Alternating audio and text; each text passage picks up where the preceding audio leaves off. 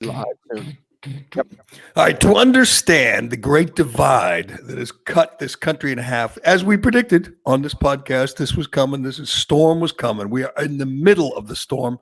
Actually, maybe not. Maybe it's going to get worse. But to understand what is happening to people, we have two good examples. We're going to give you two people who embody, who personify the two sides, the two warring sides of this great civil war. You have one woman who owns a golf course, who employs 90 people, who is trying to get her business back up and running. She allows people to go out on her land and hit a little ball in the sunshine, in the breeze, no threat, no danger to anybody who might be afraid of getting the virus. Clearly, she should be open. She has every right to open, but the government says no, no, no, no, no. The other person is a old, gray-bearded, pointy-headed liberal who's been at the Boston Globe part-time for 45 years, who sits in a little ivory tower in the suburbs at his computer, looks down his nose on people who hire, who pay taxes, who keep this country running. On one side, you had people show up in Boston, and it got national attention. God bless them, because we are in the middle of a very red state who has Elizabeth Warren, and we'll get to her, as Liz Warren is a senior senator. We have an embarrassment of a senator, of senators, of congressmen, just a terrible place for politics. But right in the middle, the home of the revolution, there was a little revolution again yesterday, as hundreds of people showed up to demand they be allowed to earn a living, to work. They demanded that people like Cara Cullen, and isn't that an ironic name for a capitalist? Cara Cullen, I know, who wants to open her golf course, the Wachusett Country Club and the Kettlebrook Golf Club, a couple of working class places where these people who work the snack bar, who work the pro shop, who work the grounds can go make a living. That's all she wants. That's all she wants. It's all Cara Cullen wants. On the other side, you have a guy named Kevin Dupont, who used to work at the Boston Herald. That was his name. And then he went to work at the Boston Globe, and he became Paul Dupont. And he became one of these pompous assholes that just looks down their nose at anybody that wants to make a living. Anyone who would dare wave an American flag and honk their horn and say, I think he just froze on us, Turtle Boy. I'm still here. Can you hear me? I can hear you.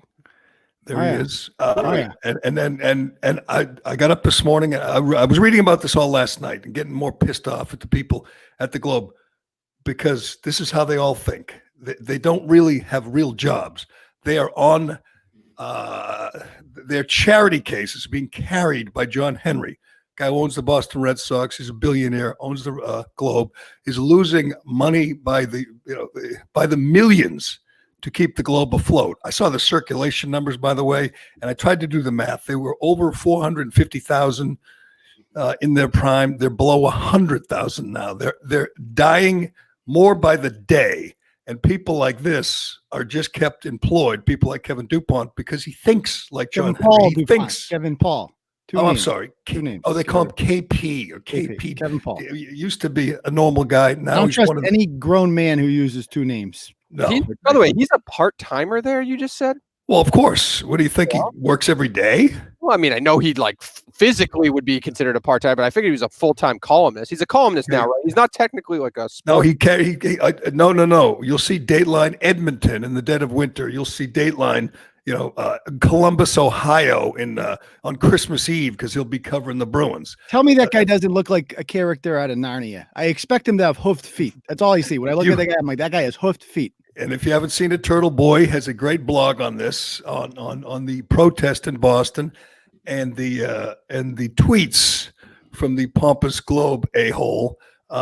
We'll get to that, but first, I want to get to that first. But the Cara Cullen, the golf course owner, is vowing to open up in defiance of the governor. We are rooting for you, Cara. We're rooting for all your employees to get back to work, make a living. This is and I've said it again. I'll say it every day. It has nothing to do with me playing golf. I rarely play golf in Massachusetts. I've never played at Wachusett Country Club. I don't know about you, Turtle Boy. That's in your neighborhood. It's right in my neck. This is about government overreach. This is about a government, a governor, a lieutenant governor who are out of control because they're doing things for which they can't give you an explanation. They don't know why. No. It's saving lives, Gerry. Oh, Period. I'm sorry. Right, so Don't if you play golf out there, you and a buddy go out and play and never touch anything and never shake hands and never breathe on each other and never sneeze on it, you're killing people, right? People Yes. are dying. Obviously, if you leave your house, you're killing people unless you go to Walmart in Worcester where 81 people were found to have COVID. Besides that. Or Home Depot or CVS, then people don't die. But on a golf course and on a sunny spring day, people are going to die. This must be so maddening. And we're trying to get a hold of Cara Cullen. She's going to be a big celebrity soon. And she'll be a messenger. I'm Facebook friends. Messenger, because here she's my hero because she's just asking. She's just saying, let us work. We don't want handouts. She wants to get her employees. She says, if golf is so unsafe, why do 47 states think it's safe? 47 states have opened it back up for golf or about to this week. 3, Vermont, Maryland, and Massachusetts, all run by liberal tyrants. Vermont, Massachusetts, and Maryland are restricting golf. I mean, you can golf in New York and New Jersey, but you can't golf in Massachusetts. And again, this woman employs 90 people, she says, and her clientele are very much working class people. And, she says, it's not a private club. They have firefighters, police, just blue collar people who play there.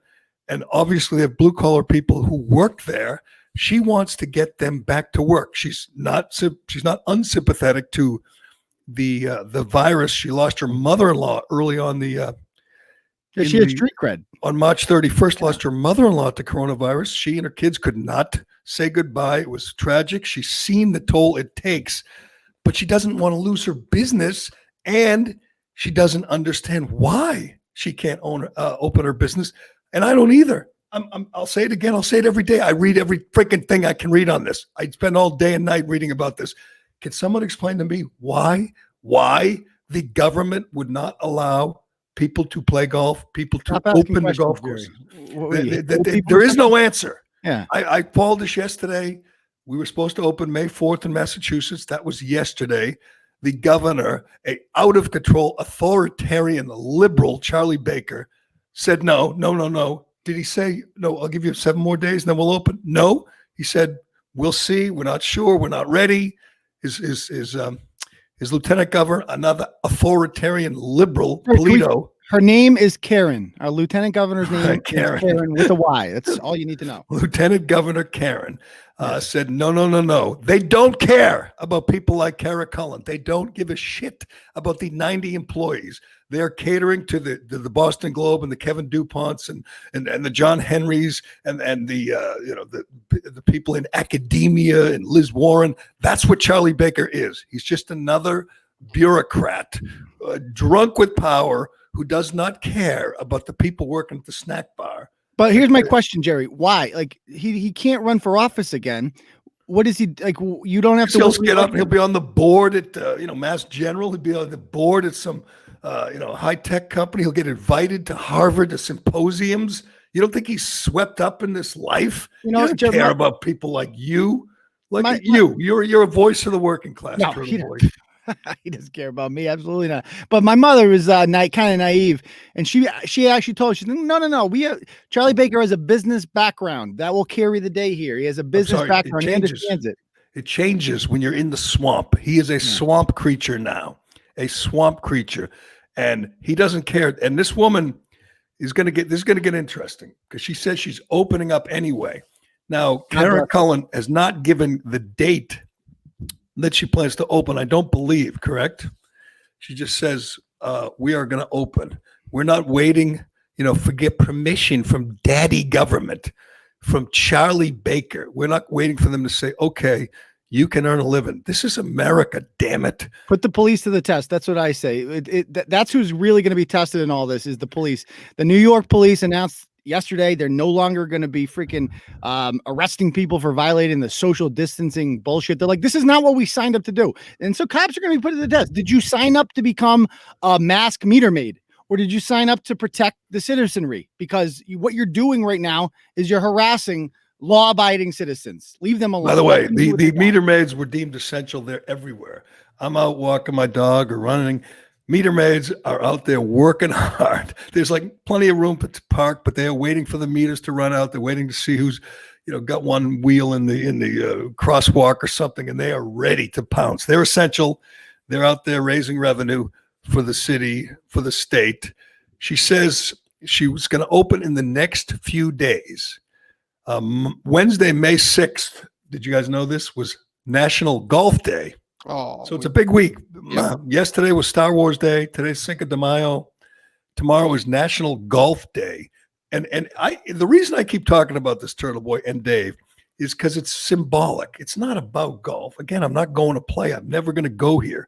Maybe she'll invite me out, but It kills the okay, bug. maybe we'll have an outing at this place, Wachusett. But I have friends in the golf business. I've been getting texts. They were hoping. A good friend of mine is in the golf business. They were waiting anxiously for Baker to make an announcement yesterday saying, okay, you can golf, and let a few other businesses open where there is no risk, there is no danger, and he knows it. But again, he doesn't care about these people. He doesn't care. He cares what Kevin Dupont tweets, baby, or maybe not that. He cares what John Henry or You're not Pizzuti off think. base. You're not that off base with that. I mean, Kevin Dupont is the voice of this, of ultimately the crowd that elects people like Charlie Baker. Like that's how Right. a lot of people think. When they see that crowd yesterday, they don't see human beings. They see rabble. They see ignorant people. And I'd like to point out, like you tweeted out, thank you for leaving the guns at home. Right. Thank you I didn't see many Trump flags there. That's good. Make it about, don't become a distraction. When you show up there, what you like you're trying to stop the British from marching on Lexington, you look ridiculous. It distracts from what you're trying to do. So they did a great job, but nevertheless, they just see people gathered together and like, you want to kill old people. Now we can look down upon I'm going to them. get to that because I was there, and I'm going to give you a first-person account, and I'm going to ask some questions about the Globe coverage of this. But first, again, let's finish with Cara Cullen, the golf course owner, snack bar owner, who's going to open. She says, despite being warned about the, quote, potential consequences of reopening her golf courses, Cullen suggested they have nothing to lose if her family doesn't attempt to save the business. Quote, we're running out of time. Governor Baker's office did not respond to a Fox News request for comment about Cullen's intention. So she points out all the steps they're taking. They clean the golf carts constantly, only one person on a cart, no congregating in the parking lot, no entry in the building at all. So you can't go in the building. I guess they can bring snacks out to you. Employees will all wear masks and gloves. You can't touch the flag sticks. You can't, shake hands. All the steps, we've talked about it before. There is no chance of you acquiring the virus at a golf course. And yet these tyrants will not let this woman run her business, bring back her employees. And you know what these employees are all doing? They're collecting unemployment. Yeah, Gerry, like Wachusett Country Club is famous for weddings. A lot of people get married at Wachusett Country Club around here. So, I mean, they've probably lost out on every weekend they're booked for weddings. Those functions are gone. This is like 2 months of this gone down the drain. They don't get any of that money back. I mean, the people you have to assume that the people that were planning to get married in April and stuff like that, I'm assuming they just went down to the courthouse and got it done and said, and then they'll have a little ceremony later on. Right. They're not going to go back to these places. They're not going to reschedule. There's nothing worse than Or if they do, they're scheduling like a small party. So Right. they're not doing a big extravagant Right. wedding. Yeah, So well, that's Baker will be, fine. if it's more than 10 people, Baker will send in the stormtroopers if you have like 12 people because your family all showed up for your wedding. They have these virtual weddings where they have masks on and they kiss through the mask, and it's pathetic. They're more sad than anything else. They don't make me feel good. They make me feel bad for the people. It's not a good look. But on the same day, the governor said you cannot golf, and poor Cara Cullen and so many others. There are 25,500 people in the golf business in this one state, all of them out of work, all of them sitting back, collecting unemployment because the government will not let them work. It is so wrong. And I'm glad for people like you, Turtle Boy, who are blogging about it. And, a few people, our friends, Howie Carr and others. But it is amazing how many people in the state just say, don't, or in the country, just say, oh, let's be safe. Let's be safe. Well, no, you know what, Gerry? You what safe? What is unsafe about golf? You go on that we're playing the wrong playbook here. We're on the defensive too much you need to flip it around on them. No. It's you who is killing people. Your quarantine lockdown bullshit is literally getting people killed higher than we projected. Right. But see, these are people like Kevin Dupont. They're used to doing nothing. They're used to sitting at home, Gerry, opening their laptop, spending a couple hours, pontificating. Kevin Dupont's beat is usually like writing about pickleball or, writing about ping pong. And he, in a Sunday paper, nobody reads it, nobody buys it, but that's how he makes his living. He looks at these people who showed up at the rally yesterday and says, these are the peasants. Okay, but Gerry, you're missing a point here. It's like you got to say to Kevin Paul Dupont of the world, your idea, your lockdown is killing people because you are wasting. Because you're wasting time trying to police the healthy.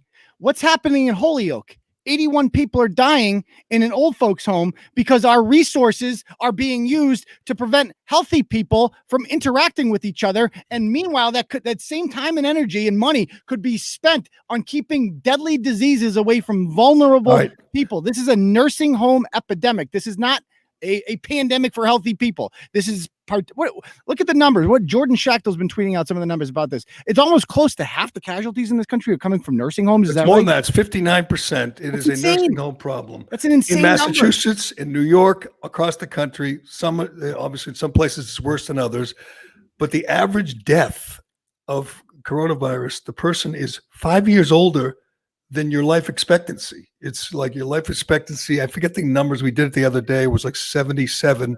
The average death is 81 or 82. I mean, it is sad. It is tragic. But the first time in human history that we've quarantined the healthy, not the sick, the healthy. And it is amazing how ill-informed and stupid some people are. Because I tweet all the time about, opening the schools, letting, 10-year-olds go back to school. They're in no danger of getting or giving the virus. There's no evidence that they're getting or giving the virus. And they say, well, they're going to go home and kill their parents, or they're going to kill their teachers. Well, if the teacher's under 60, the teacher's in no danger of dying from it either. I mean, it's less than 1/10 of 1%. And those people who are dying under the age of 60 are obese. They have diabetes. And Gerry, first of all, let's talk about school for a moment. These people that think they're so compassionate, right? They are favoring a policy that is hurting children. That's what I mean by going on the offensive against them. No. You hate kids. You want kids to get hurt because 86% of all 51A's reports of neglect and abuse on kids are either from teachers or DCF workers, both of who no longer have access to kids. Do you think that their abusers just stopped abusing them during this time? Of course not. So if you're pro lockdown, you are pro child abuse. That's just an undisputed fact. You are condemning kids to homes where they are much, much more likely to be abused, and nobody's able to advocate them because you prefer advocating for some Karen in Wellfleet who's scared of I'm scared. I don't want to get hurt. I don't want the bug. There's no question more about her than the kid in Holyoke who has nobody fighting for him, or in Fitchburg who's stuck in a freaking Section 8 apartment and nobody's advocating for him. You hate kids. There's no question, and the numbers we've gone over them before. The numbers to the suicide hotline are up. Domestic abuse is up. It is amazing. You think if you're a kid in a dangerous household in a city, whatever city you're in, Pittsburgh, and the dad loses his job and starts drinking all day. You don't think that kid is in danger? That kid should be in school. The chances of him getting the virus and dying are zero. The chance of them getting hurt at home. Oh, no, Gerry. Did you see one girl in Chicago? That's what they always say. Oh, there was a girl in Chicago. Did you see that? Yeah, one out of. And in the 27th paragraph of the story, it says she was 400 pounds. You got to read the whole story because that one girl in Chicago was not tip-top shape. I hate to say it. It's a dirty little secret. It's obesity, it's diabetes, it's old age. It is not healthy people aren't dropping dead. All right, let's get to the rally, because I walked over a little late. My dog was a little slow. I brought the dog, and it was a little bit of a long walk to the State House. But I was curious. I went by the. There was a protest last week too to open the government. There was probably 200 people. It was a lot less publicity last week. It was very well behaved. Didn't get a lot of coverage. This one was much bigger and louder. And I didn't see, when I got there, maybe it was my angle, I didn't see that crowd. It didn't look as big as that aerial photograph that made the rounds, which is clearly a good sized crowd. It went viral because it's Massachusetts, and it was clearly, it's rare to see that kind of turnout in a red state, in the heart of a red state. So it went, all the usual websites were carrying it, saying, "What, my God, they're revolting in Boston," which was a surprise to some people. Not to me. There are plenty of good red-blooded Americans here in Boston who want to go back to work. That's what it was. It was a rally for people who want to work. We don't see that often. I mean, we see, Antifa, and we see Black Lives Matter, and you see other rallies. Who, Antifa? Yeah, you see them on like the Boston. Boston. Where's the Antifa when you need them, Gerry? I don't know if they noticed, but there's actual fascism going on out there. And all of a sudden, they support that. They support fascism. Are you kidding? You know why, Gerry? Because now that everyone's wearing masks, it's no longer cool to wear masks. That's why they're not out anymore. Oh, they'll be back. They'll be back when the weather's warm. They're loving this shutdown because it's what they do. They sit at home, sleep all day, drink all night, complain. Anyway, I thought they would social distance more at this rally. And when I saw them, people were not on top of each other. But in that picture, they were. I don't understand why you can't do this rally. They had the whole Boston Common, the whole public gardens there. They had plenty of room. It is a little weird, I think, that people, and there were some old people there, people in their 60s and 70s, no masks, no social distancing. It's a free country. God bless them, but I'm not sure why they didn't keep their distance. That being said, these are people. There's a lot of Trump support, a lot of Trump flags, but a lot of American flags. They were like singing, proud to be an American. They were just saying, "Open up the country, let us go to work." There's nothing more American than that.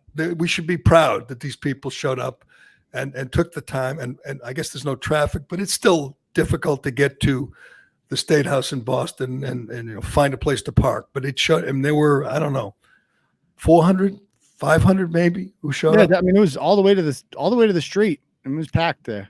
And every one of them just wants to work. They're not looking for handouts. They're not looking for stimulus. They just want to work. I like that. I felt good about this crowd.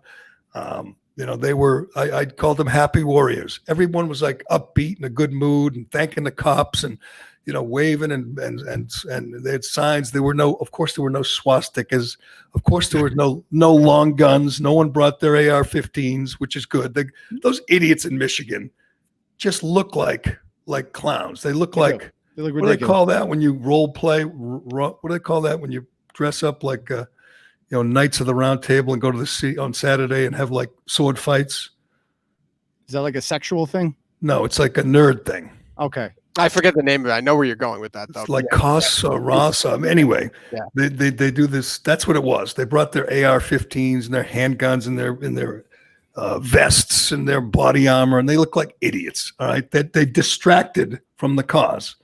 You couldn't get past the guns to think of these guys are just, this guy owns a pizza place and just cosplay. They just want to open up. Here was different. There were no guns. Of course, there were no swastikas. Of course, there were no Klan and any of that. There's no racial element to it. The Globe said it was run by a group that's known as homophobic, but that they had nothing to do with it. Nothing to do with it. There were people smiling, laughing, saying, "Make America great again," honking their horns, waving their flags. A lot of motorcycles, a lot of blue collar people who just want to work. Now, if you saw this and you're a Boston Globe employee, if you're one of John Henry's, charitable cases who he gives money to, as long as you think like he does, you saw this as some kind of danger. These people are going to kill us all. What was one of the tweets, Turtle Boy, that they should be given like wristbands and not treated at the hospital if they Well, ever that's get what they sick? always do. That's the new popular thing. And nurses will say that. I've seen nurses write that out, that will fill out this form and say, I'm going to deny treatment. It's like, no. Do we say that to the people that are down at Dairy Queen stuffing freaking another blizzard down their gullet and say, well, no, you have to forego healthcare because you're engaging in activity that is more likely to end up with needing healthcare? I mean, are we Much more like, or cigarette smokers? They still get treated, don't they? No, exactly. It's like Drug addicts still get treated at the emergency room. Anyway, it's stupid, but you also had, and Turtle Boy has a great blog on this, sums it up nicely. I needed your blog because Paul Dupont of the Boston Globe blocked me. I don't ever remember saying anything about the guy, but he's typical liberal, just can't handle any dissenting opinion. He sits again up in his, suburban, loft somewhere. Concord. He's from Concord of all places too. He's from Bedford, but he said he would like to see those killer murder hornets. Release the murder hornets. Release the murder hornets. Now, normally, if this were a normal person and you just, someone who is typically acerbic on Twitter, you'd say, yeah, no big deal. If I said that, a Turtle Boy said it. This is a Boston Globie. If someone said it about an Antifa rally or whatever, Elizabeth Warren rally, a women's march, they would accuse that person of inciting violence, of calling for murder. That's what they would do. Mm-hmm. As my old friend Kirk Minahan pointed out when he joked about the Crafts putting a hit out on Roger Goodell. It was clearly a dumb joke. It's just Kirk being Kirk. This guy, Kevin Dupont, I'm not sure if he wanted him fired, but he wanted him punished for joking. He wanted Reamer fired for the freaking pissant comment. Right. He wants everybody fired who doesn't agree with him. He's a clown. All right. And you know what else he is?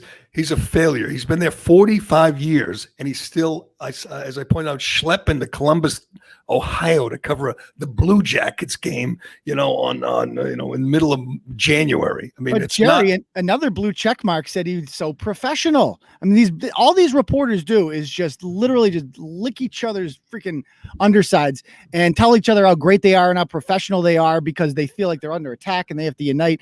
And you admit the worst part about what Paul Dupont did, the most gutless part about what he did yesterday, is not only did he not own it, because he did take it down, and he put up this bullshit other tweet about how we misinterpreted it. Because, see, don't you understand, Gerry? How do you misinterpret that? Smart. You're not smart. You're not wise like him. You're not a Globie. You don't understand the nuances of his tweet. So he had to take it down because the masses of rabble misinterpreted what he said. Want me to read his second tweet here? Yeah, sure. Release the murder hornets. So he tweets out, I have deleted an earlier tweet wherein I suggested a large hive-like gathering at the State House, depicted in photo, appeared to be angry hornets. What? Should be released. Oh, no. Many, if not most, interpreted this tweet otherwise. Yes. Thank you, period. Very good, Turtle Boy. There's a technical term for that. That is called a lie. Yes. That's called a lie. It's also called, it's like he can't stop shitting on them. It's like you're saying that, well, you're just stupid. See, I didn't do anything wrong. You're just stupid. And that you're kind of proving his point that you guys aren't smart like him. Even in his freaking tweet. I mean, I use words like wherein and hive-like to describe in everyday tweets, and you guys are just too stupid. Misinterpreted. It couldn't be clearer. And you know what he should just say? He says, I was kidding around, and it was a joke. Can't you take a joke? Instead, he says he meant the Hornets were the protesters. First of all, if you paid attention at all, they weren't angry at all. I mean, angry Hornets. They weren't angry at all. They just want to work. They love their country. They love their president, which you can't stand because you're an angry, miserable liberal. And Trump is driving you people insane. And you're working for a newspaper on its last legs that nobody reads. It's difficult. I know. This is the only way for the other side of the argument to be heard. They have to rally and protest because the media is not covering it in any way. Or you have to be kind of like extreme, like Tucker Carlson has to write about you or talk about you on his show, whether it's the guy in Maine or Cara Cullen or whatever. Well, think of Cara Cullen or the guy in Maine that owned that restaurant in Bethel. And you have employees who are bailing on you because they have to. They're saying, I'm going to work somewhere. I'm going to Amazon or I'm going to Home Depot because they're hiring. or you have then that are collecting unemployment say, no, I'm good. I'm going to stay on the dole till late January, late July and see how I do. And your business, which has been in her family for generations, is slipping away. And you don't understand why, because there is no reason why, again, other than the government overreach and an out-of-control governor who doesn't give a shit about you. Can you imagine how frustrating that is? But she had a death in the family from this. You know, like she's legit. That gives her street I was cred. telling you, my parents' neighbor, unfortunately passed away from this. They had a drive-through basically wake in their yard this week. Like it's hard not to be emotional and react in the way. Like it's hard for me, to be honest with you, to not. I know I'm the mask guy now, right? But you see shit like that happening, and it's hard to take emotion out of it. You got and you have a governor who's busy. You have a governor who's busy making 5-year-old children wear masks. Yep. Scaring the shit out of little kids who are sitting there going, why do I need a mask, mommy? Oh, the evil virus is going to get you, son. I'm sorry. We can't go outside. That's what the government wants you to be scared and say, please, governor, help me. But if you're Cara Cullen or you're the guy in Bethel, Maine at the restaurant, you're saying, I'm losing everything. This is what I've built. This is what my parents and grandparents have built for generations. And you're telling me I got to close my doors because why? And they can't even explain to you. I can't imagine how frustrated these people must be. I don't blame them. I don't blame them at all. If they're going to take a chance by going to a gathering, a rally where they might breathe on someone, so what? You know what's worse than getting the virus? You know what's worse than getting the virus? If you're 40 years old and healthy, or even if you're 50 or 60, is losing everything you've saved for, everything you've built.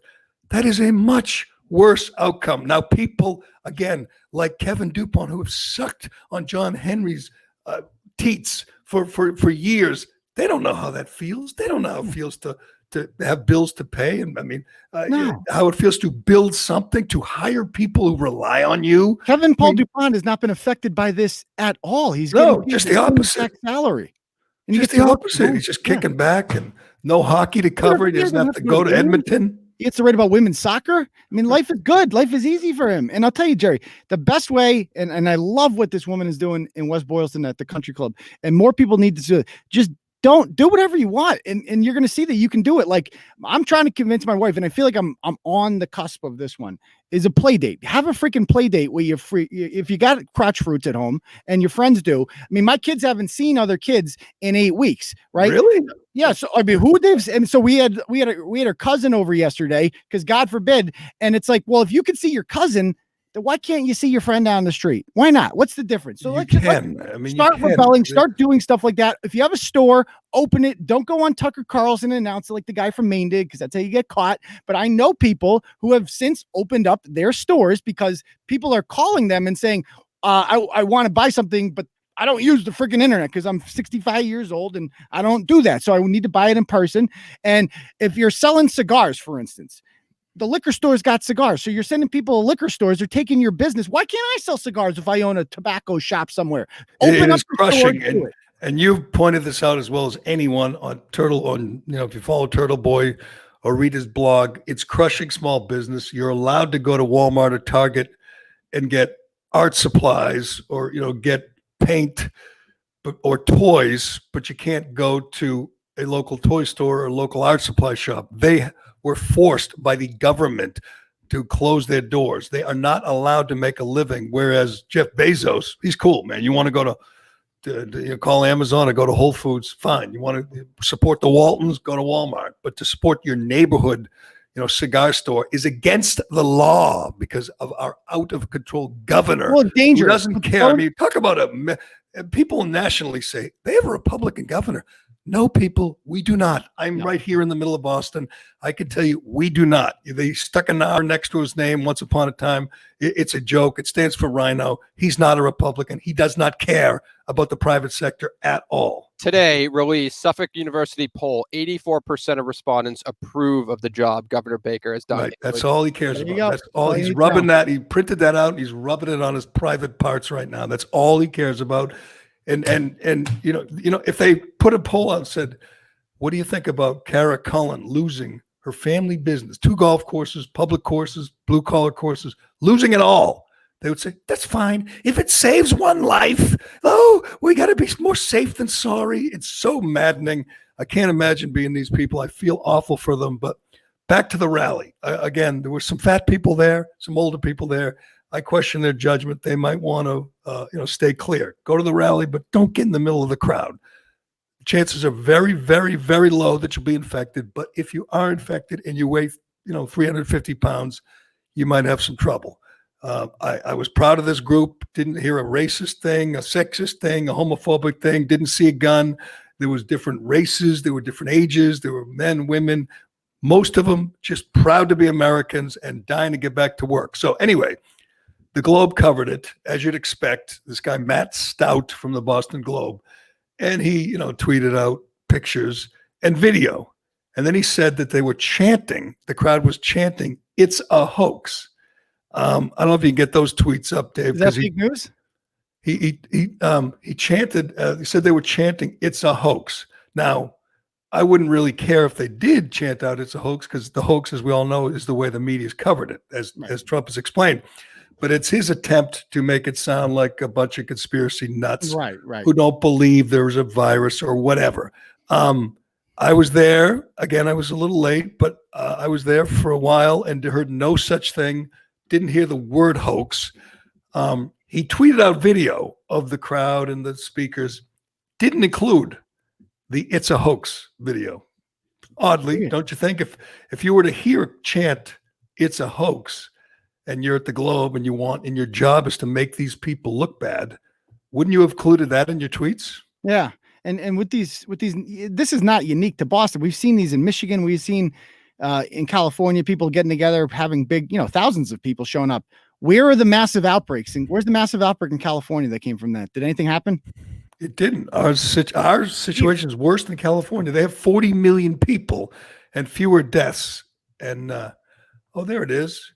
Crowd chanting "It's a hoax." He's got a video of the crowd, but no chant, which I find strange. That's interesting. A speaker saying audio, all an effort to make the president look bad. Well, that's quite clear. We all agree that that's part of the agenda of the lock it down crowd. The biggest fear you have if you're Kevin Paul Dupont, or Matt Stout at the Globe, or you're Liz Warren or Joe Kennedy or Nancy Pelosi or Chuck Todd, you name it. The biggest fear they have right now is we open the country and there is no spike, there is no surge, and people go back to work and work harder than ever, and the stock market rebounds and the unemployment numbers come down. They fear that because they know they have an incompetent candidate, and their only hope of unseating Trump is if this disaster continues for 6-7 more months. So they're rooting for it. I have no doubt. They're rooting for the shutdown, the lockdown. They're rooting for a great recession, if not depression.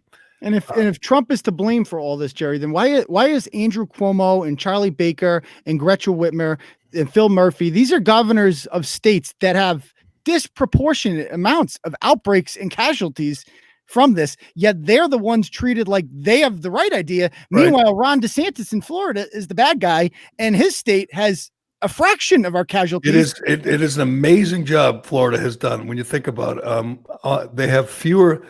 Right now, I'm looking at the numbers. Total deaths, 1,399. In Massachusetts, 4,090. They have 1/3 the deaths.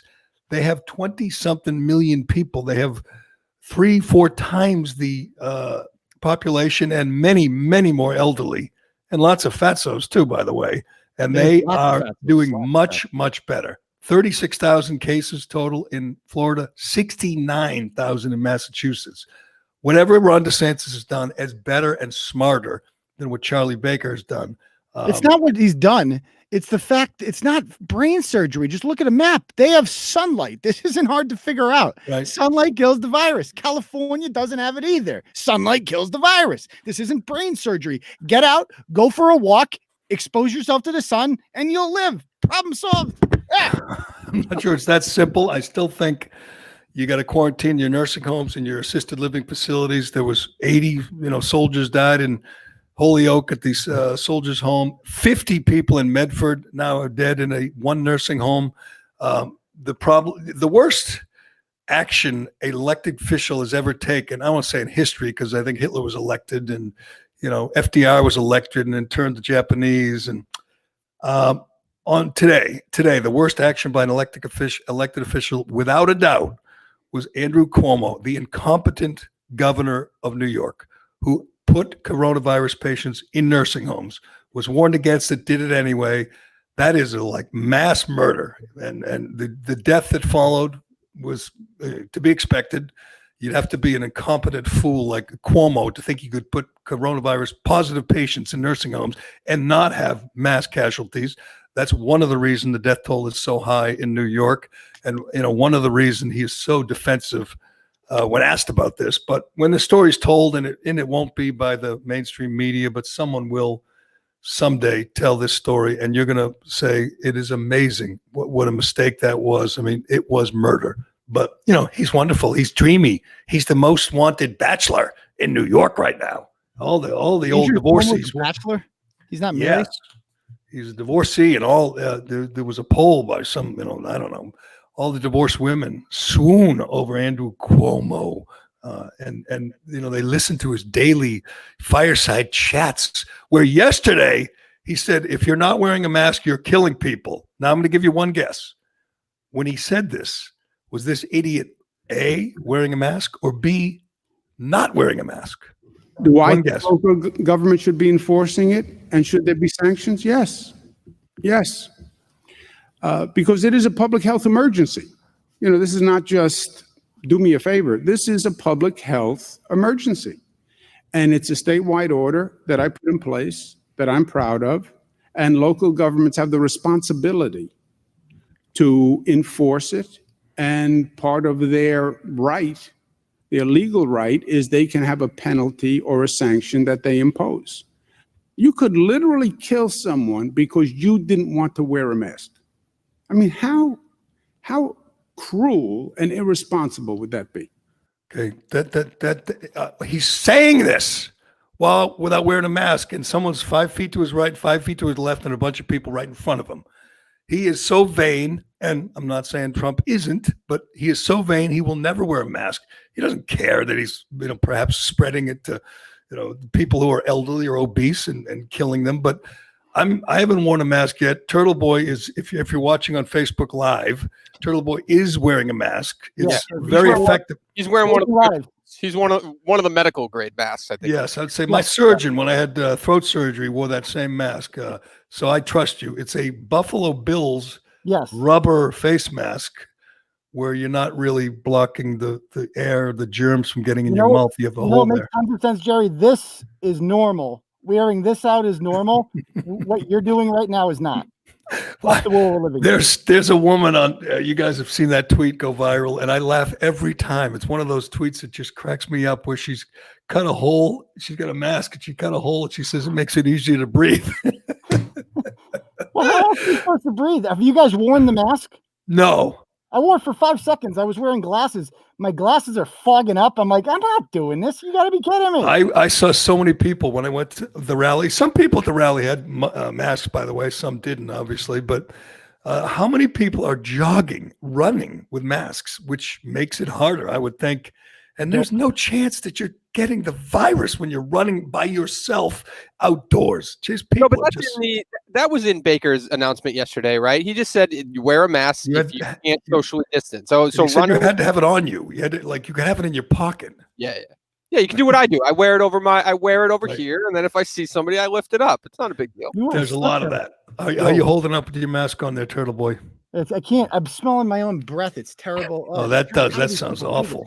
Smelling your own breath. That is brutal. But it is. We're looking forward to. Should we do that? We should have a Callahan podcast outing out there in your neighborhood, Turtle Boy, at the Wachusett Country Club or Kettlebrook Golf Club, where they are going to open up.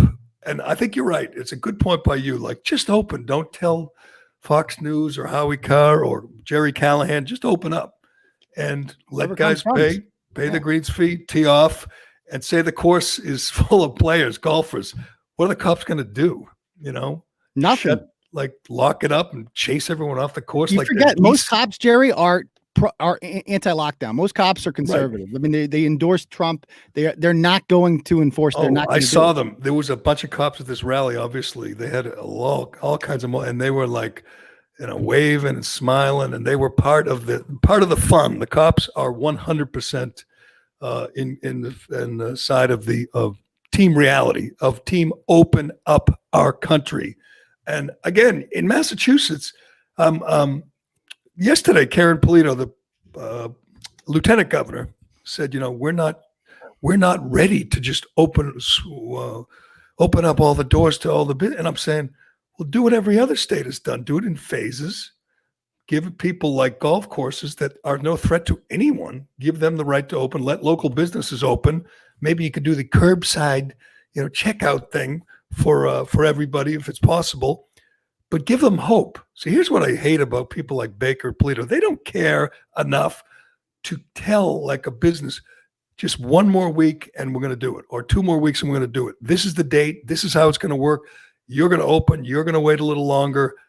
To them, it's irrelevant as long as the public sector is running. As long as the massive bureaucracy in the media.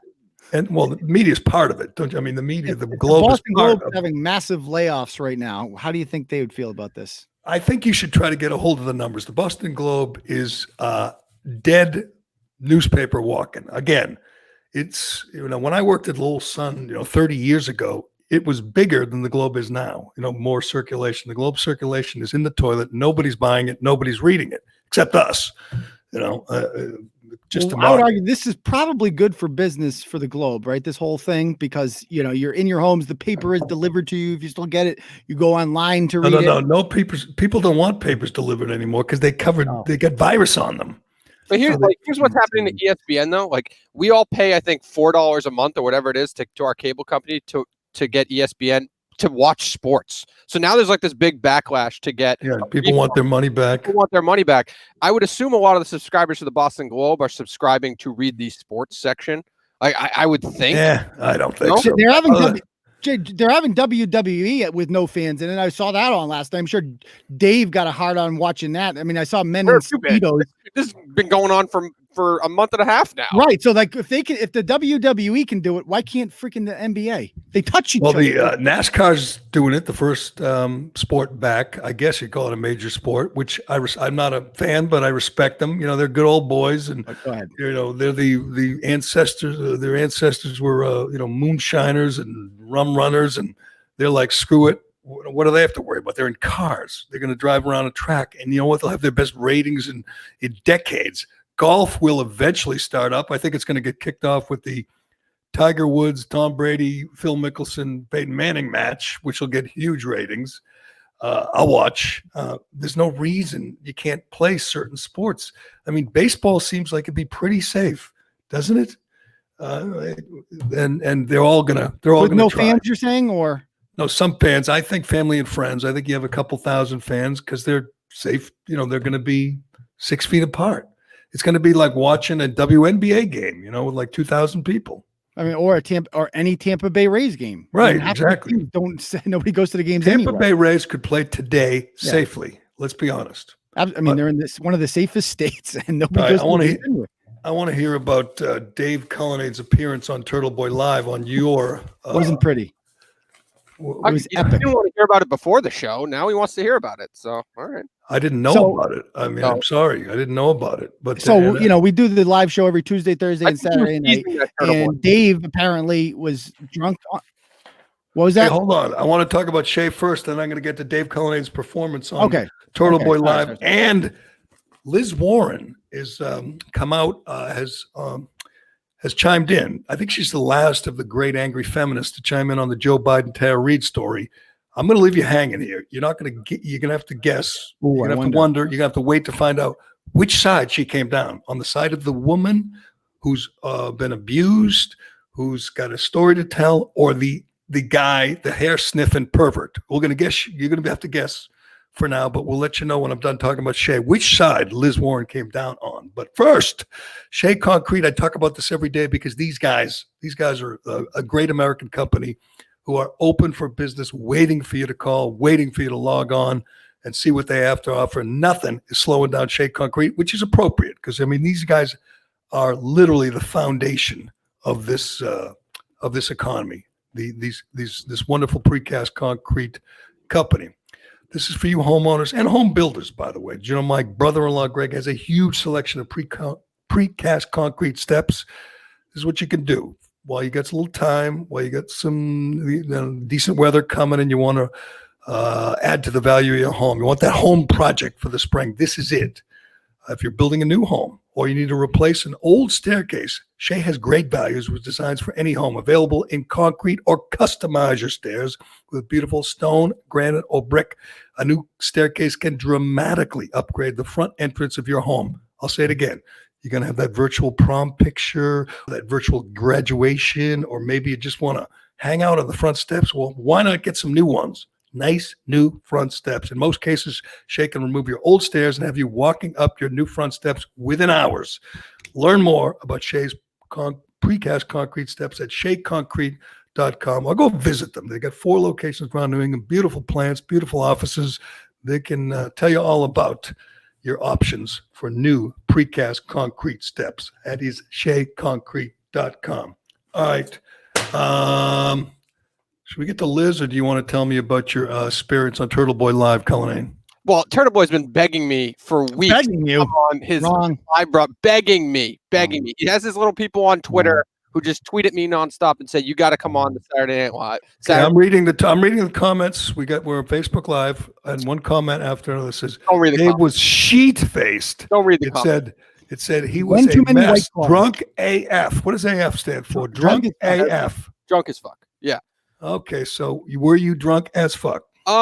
Listen, I can't. I don't know. I had a few cocktails. Drunk might be a little extreme. Were you as drunk as you were at the Legacy Club when you were periscoping? Definitely not. No, definitely not. So I'm embarrassed by this, but not to the level of the level of the Legacy Club. So he came on the show, Gerry, kind of like 10 minutes into it, and all he wanted to talk about was mute. That's it. He wanted to, and people are like, nobody cares about the only thing your Twitter people tweet about is mute, is giving shit to mute. So I came in and figured, let me just come in for 5 minutes and shit talk with you. But here's the thing, Dave, nobody knows who mute is. Mute is irrelevant. You have to understand that. Like, the turtle world is separate from the Gerry world. Well, they know that you dump on him. What are you talking about? I see notes about the show. So my plan was just to come in for 3 minutes. And if you were a friend, you would have let me shit talk for 3 minutes, and you would have said, "Dave, get out of here now. I'm going to go on." You didn't say you wanted to come in for 3 minutes. You said you wanted to come in and come on the show. So I thought you wanted to co-host it. So you came on. I had John, and this is Dave the entire time. Sitting there, it was hilarious. Reading people just like, "You suck. This is the worst host I've ever seen in my life." They were fucking killing me. Like, you think Reamer got it bad? Nobody's ever gotten lower ratings than Quarantine Cullinan did on the Turtle Boy Live show. I'm addicted to the fucking comments, to be honest with you. Best part. And these people are beating me to fucking shreds. Rightfully so. I just showed up. Somebody tweeted me and said, "You should go on Turtle Boy's live stream." So I texted you. Yes. Now all of a sudden I'm getting the bag beaten out of me, and I have no fucking clue why. Exactly. I want to point this out, Dave. Look at the audience right now. We've had 120, 130 people the entire time. Okay. When I don't share it, you get 30 people on here. Yeah, but nobody comes on here to say mute. Nobody comes. I'm the only guy. I'm the only one of the 4 co-hosts that brings a brand with him, that brings an audience with you. But come on, like, me to mute. Are you kidding me? I don't know what your obsession is with this guy. There's no comparison. None. The podcast is called the Gerry Callahan Podcast. We went over this on Saturday night.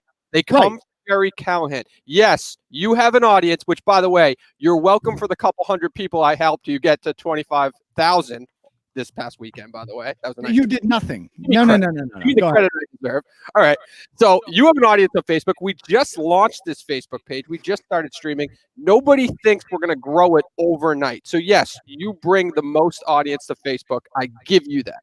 Why did you put him on? I don't understand. I mean, I don't know. He texted me. I didn't have a co-host that night, and he called. He texted me. He's like, "I want to come on." So I brought him on, and I mean, literally, at one point, he actually said, like, do you want me to pay attention? That was an actual quote from him. Because I kept thought asking, I was kept giving- coming on to shit on the mute situation. Did you wake doing up? stuff. Did you wake up the next morning, Dave, and say, "Oh Bad. my God, what did I do? Was it one of them?" I waited. Honest to God, I was gonna text Turtle Boy, and I waited for him to text me, and he did, which was classy. It made me feel way more comfortable. I don't think it was a disaster. The disaster was I literally did It not. was so bad it was funny. That was Yeah, the, it was bad, that it was was the good funny. part. It was So- so bad it was funny. good. Yeah, but Dave actually brought up a good question on Twitter the other day, which is rare because he's so bad on Twitter. But he actually asked the question. Essentially, you asked the question: who's worse on Twitter, Dave Cullinane or Donald J. Trump?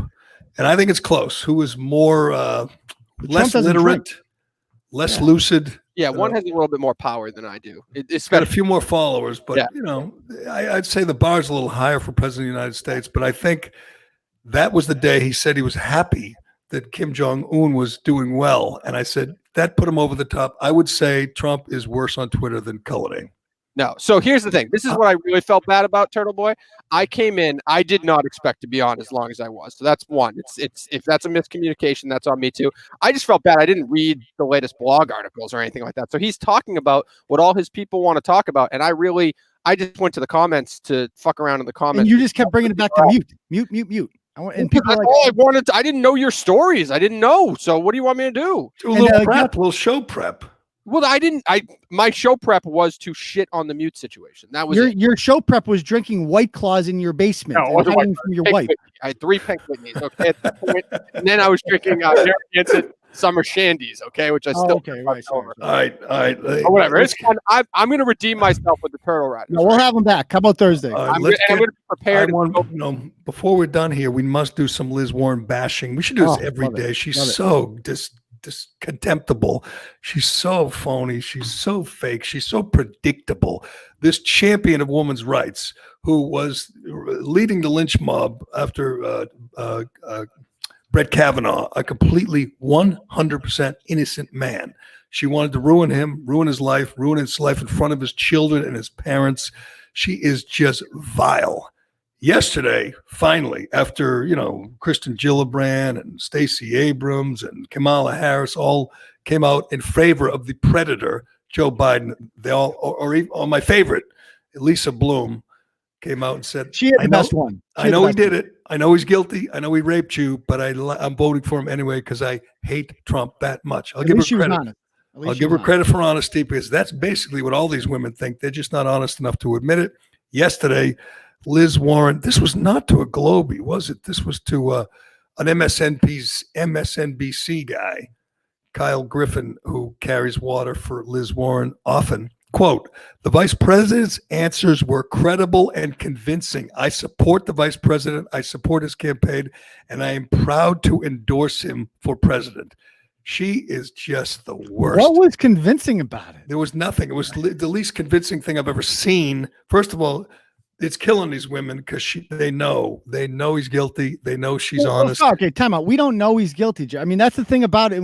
Yes, we do. Kavanaugh. It's like, I don't know that he literally walked down and just stuck his digits in there 27 years ago. I have no evidence of that. In a sane world, we would say, you know what? It's believable because he's a freaking creep. However, it shouldn't disqualify him from being president of the United States because that's an un-American thing to assume guilt before.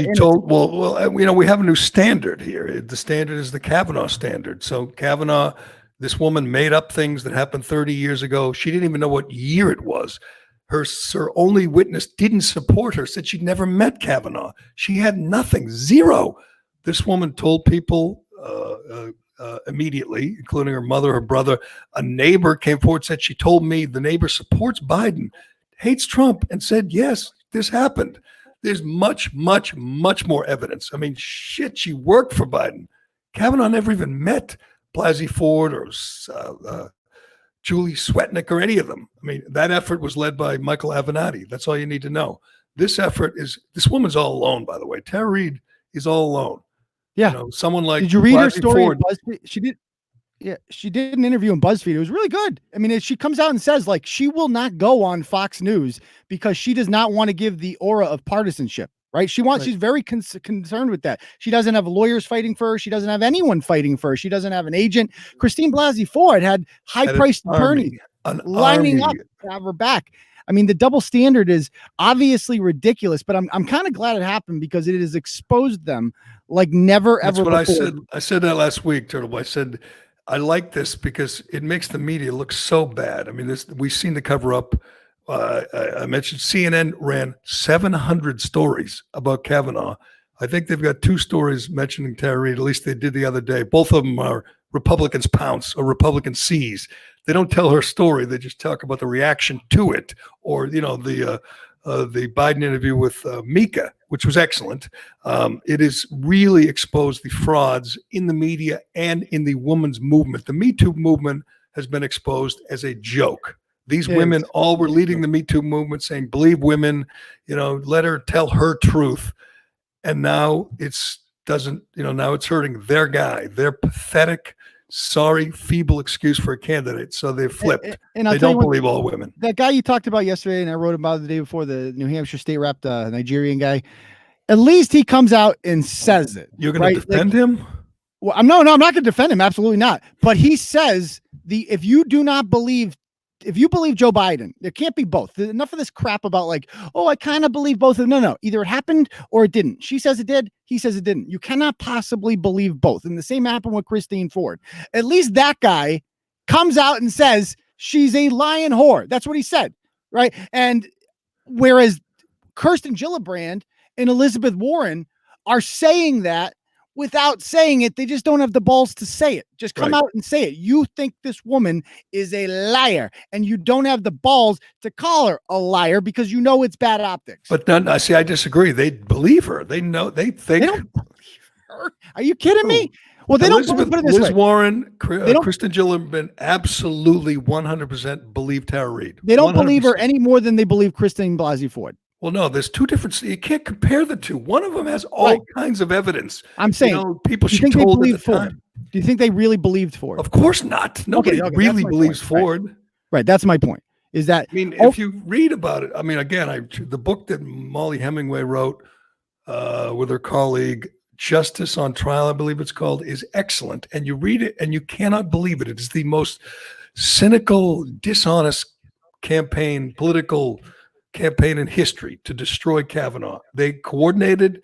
They all got together. They knew it wasn't true. They said, we're going to bring him down anyway. And they almost did.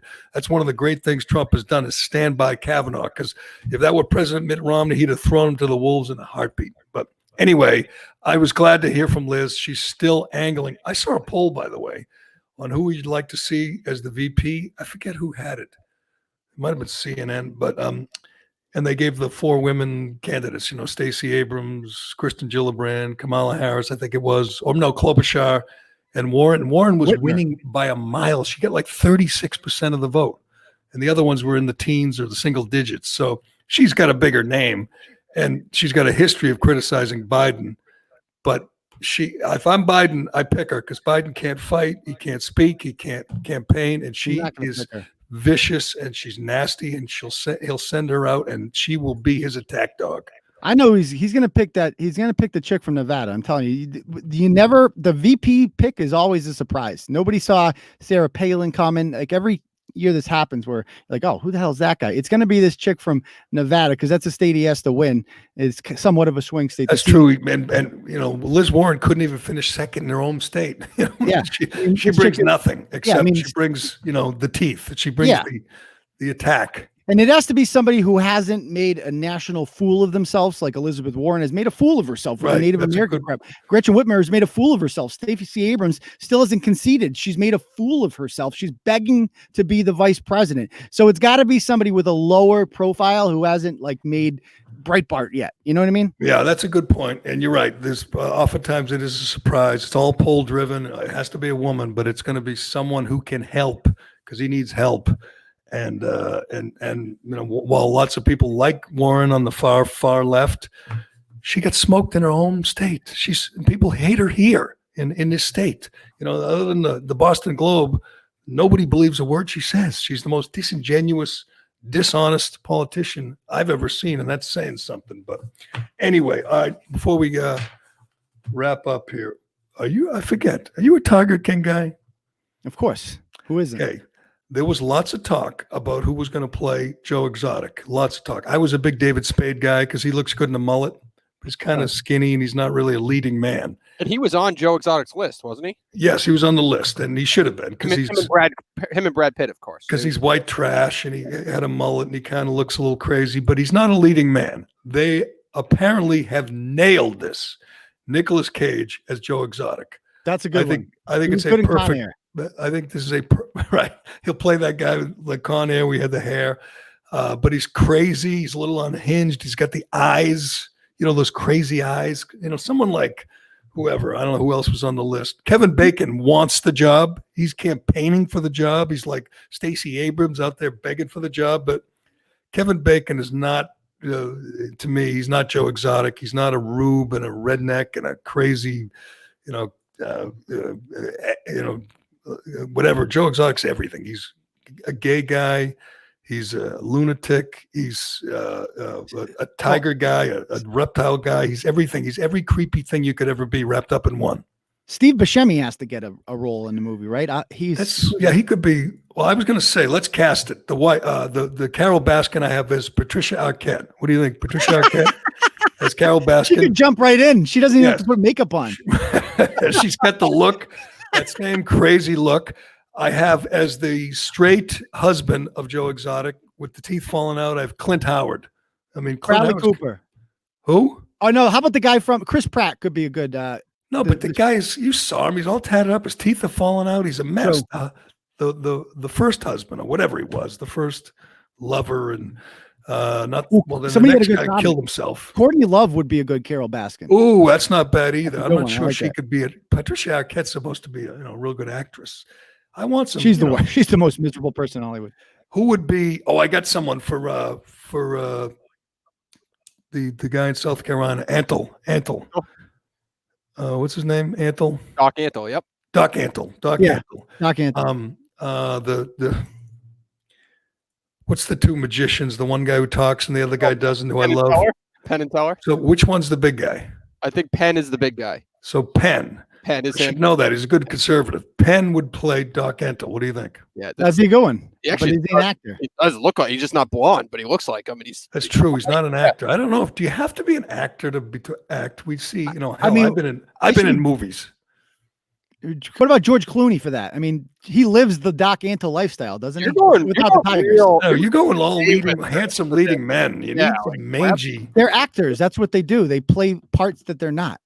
Yeah, but you want them to look the part. You're right about Buscemi. You need someone with crazy eyes. Who would be a great you do well, that's true, I guess. But Steve Buscemi's got the crazy eyes. Yes, he would work. You could get a lot of those crazy Tarantino guys to do something. But you got to have that, that whole group around him. Who would play the killer who's just bad to the bone? He's got the evil eyes and he looks like a character, like a bad guy in so many movies. I forget his name. Yeah. Ooh, that is a good one. Ed Hardy would do a good job with that. We're just going. It's either Ed Harris or Tom Hardy. Which one? We're casting this only by luck. No, isn't Ed Hardy the guy who played Bane? Oh, that's Tom. Isn't that Tom Hardy? Oh, Tom Hardy. What am I? Wait, am I getting that wrong? Who's Ed Hardy? There's an Ed Harris. He could do it. Okay, I'm getting confused. Yeah, that's the one I want. Tom Hardy. All right, we got lots of candidates. Gary Busey is crazy. He could be any of those people. That's a good one. So this is supposed to be though like a good scripted series, right? Like this is going to like a Showtime. This isn't like isn't everything going to Netflix now? There's no movies anymore. You know this. So is it going to be like an 8-parter or a 6-parter? Yeah, well, it says 8-part series right now. The production company's got. I guess they're shopping it around this week, so we don't know where it's going to be or anything yet. So. And so Kevin Bacon is still trying to get it, but he doesn't do it for me. I don't know. I like him, and Kevin Bacon's not a star. He's not a lead man. He's the number 2. He should be a number 2 in something. So. Right, or like in Animal House, he was like number 10 in Animal House. But I think they started off strong with Nicolas Cage, who needs the money. Let's be honest. He's got bills to pay. He's got mansions all over the country. I haven't seen any movies with him in a while.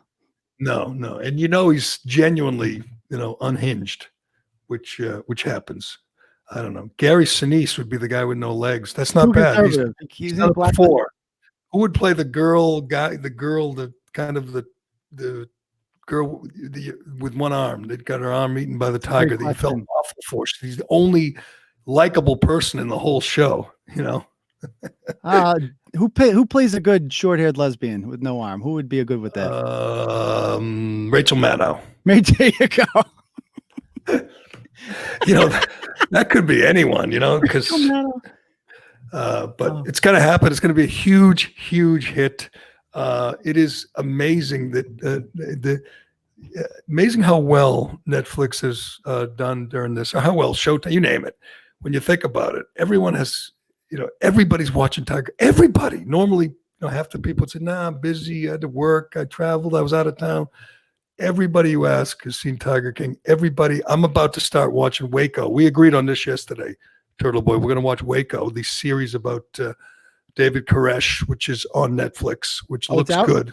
I want to see it. Yes, I think it's 6. We can't talk about that till Monday, though. I need time. No, I do too. It's 6 parts, I believe, but it looks good. Yep. And I got one more Ozark to go before I'm caught up. And I love Ozark. I never thought I would. It's so dark. Everyone's so evil. I hated Laura Linney at the beginning. Now she's just another great evil character. It is a good, crazy, dark show that doesn't have a good guy. No good guys, none. It's just everybody is bad, and I love it. Are you guys Ozark guys? Because I'm not Ozark. My wife's into it. I gotta watch it. I binged the hell out of it, and I got hooked. I saw somebody tweet yesterday, it went viral because everybody was debating it. But somebody said that Ozark is better than Breaking Bad. I saw that, and you know what? I don't disagree. Wow. Although at the time I loved Breaking Bad, and now I love Ozark. All my favorites are done. The Ozark, I have one more to go. It's coming back, I hope, but you never know. You guys watch Better Call Saul? No, but I'm going to start. It's Ray good. Donovan. I love Ray Donovan. That's done. I loved Homeland. That's done. Although the finale was weird. Yeah. But they just end these shows. Ray Donovan, they didn't even tell. You know, Liev Schreiber or you've been upset about that for months. They just said we're done. Bringing it up. We're done. And because it'd be a great lockdown show that you could binge on if you hadn't watched it. But whatever. We're all in on Waco and all in on Ozark, and can't wait for the Tiger King, whatever they're going to call it, docuseries. Is that what it's going to be? Yeah, I guess so. 8-parter. So, well, it's going to be not docuseries. It's going to be a scripted series. So I don't know. We'll have to wait and see. Learn more. I suggest you read Turtle Boy today. I suggest it every day, but today he's got a great post on the hypocritical Boston Globe on Paul Dupont. We talked about it earlier. It's all there, and I needed it because I've been blocked by Dupont, as probably a lot of people have. You get to see his tweets where he was wishing death on great Americans who gathered at the State House. And he wasn't alone. There's a guy who works at Target who was saying they should take a sniper rifle and shoot everybody out there. Sarcastically. Oh, right. I'm sorry. Turtle Boy exposes them all, as he often does, and exposes the hypocrisy of the Globe and the mentality of the Globe. It's a good piece. That's just posted this morning, correct? Because I just late night last night. Yeah, late night last night. Check it out on tbdailynews.com. You correct? got it right. You finally yes, I did. Yes. I did, because this one was so good. I got it right on the screen. I got a couple computers here. I got it right on the screen in front of me. Good luck to Cara Cullen and her brothers, who own the golf courses Wachusett Country Club and Kettlebrook Golf Club, and are promising to open up against the orders of the governor and his Stasi. All the Karens, all the neighborhood knocks will rat them out, saying, I saw someone, he was on the 8th fairway and he didn't have a mask on. Good luck to her. This is what America's all about. Go patronize. But if you're a turtle rider like I am, first and foremost, you know that if you take shit for not wearing a mask, you just have to say you're an asthmatic and you can get get away with it, right? It's a beautiful thing, man. I'm telling you. It's good advice. Yes. You obviously thought this through. Oh yeah. Asthmatics are exempt. They don't have to wear it. Or you could tell them, or you're freaking tell them to kiss your ass if you want. You know? I mean, I'm definitely wearing that out just to make it look ridiculous. See the guy in, I think it was California, went to the store with a Klan robe mask, like a Klan hood with the eyes cut out. I guess just be ridiculous. I guess he thought that it was qualified as a mask, and he wore it out. A little offensive, but hey, this is a crazy time, and we appreciate your listening. We promise to keep you updated. We'll read everything so you don't have to. You can tune into the Callahan podcast every day and get the latest on the most polarizing most polarizing news story of our lifetimes. And we are rooting for Team Open It Up. We are rooting for Cara Cullen. We are rooting for everybody, all the rebels. We're rooting for Turtle Boy's buddy at the smoke shop who's going to open up and sell cigars like a great American. Sell Cuban cigars, right? Like a great American. Yeah. And we got to take advantage of our promotional tool, Turtle Boy, right now. You got to go to Apple Podcasts, rate, review, subscribe. We had a big week this week, by the way, Jerry. We had a lot of ratings and reviews. And, a lot going on. Those matter. Those definitely some of them matter. actually don't hate Reamer, which is weird. We got 3,000 reviews and about 2,900 hate Reamer. But very strange. Very easy to do. Just go to Apple Podcasts, rate, review, subscribe, all the good stuff. Yes, please do. Thanks to Turtle Boy. Thanks, Cullinane. I'm Gerry Callahan. This is the Callahan Podcast. We will talk to you again tomorrow.